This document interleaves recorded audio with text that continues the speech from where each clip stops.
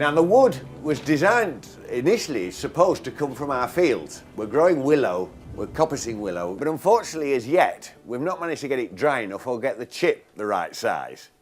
And this is something we hadn't anticipated. This is something you've got to look into when you get onto these things, is getting the moisture content right. Obviously the damper the wood, more heat is wasted in boiling that water off. In this climate, stacking wood outside, it doesn't dry very much, I can assure you and appreciate it. So this wood we've been buying locally, it's come from Cumbria, but it's seasoned. And we buy it in logs and chip it. We have about 4 chipping sessions a year. It needs to be below 30% moisture content.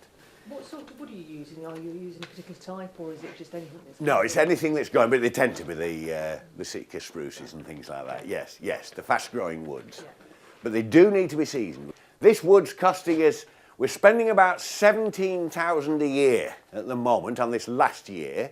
13,000 of it was wood, and 4 chipping sessions are about £1,000 a time. That does use diesel, I'm afraid, the chipping. But still, it's saved a heck of a lot. The whole fuel bill has been less than 20,000, whereas before it was 70-odd thousand. So it's a big saving, and of course it's relatively carbon neutral, apart from the diesel inputs of moving the wood and chipping it. We need to run the boiler at its optimum rate. We can't just have it ticking over. If you run boilers ticking over, the combustion temperature is not high enough, the exhaust temperature isn't high enough, you'll get gumming in the flue and you'll get an inefficient burn.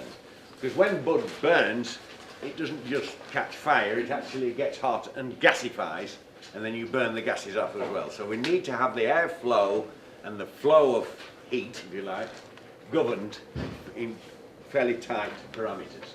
And that's what this boiler does. But of course, we couldn't, it's a 300 kilowatt boiler. If we took 300 kilowatts off it, I suppose, yes, you could perhaps keep it going all the time, but by and large, normally it has to start and stop.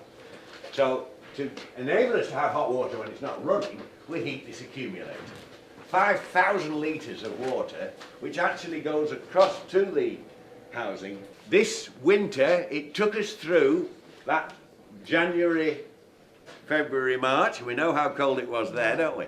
It took us through that with about 30 tonnes of wood, which wasn't bad going at all.